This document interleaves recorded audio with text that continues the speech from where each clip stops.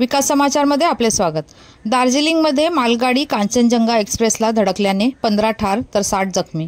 पश्चिम बंगालमध्ये नोंदवलेल्या एका मोठ्या अपघातात सियालदहला जाणारी कांचनजंगा एक्सप्रेस ट्रेन मागून मालगाडीने धडकल्याने रुळावरून घसरली। 2 बोगी उन्मळून पडल्या, पायदळी तुडवल्या गेल्या आणि रुळावरून फेकल्या गेल्याचे अहवालात सांगण्यात येत आहे।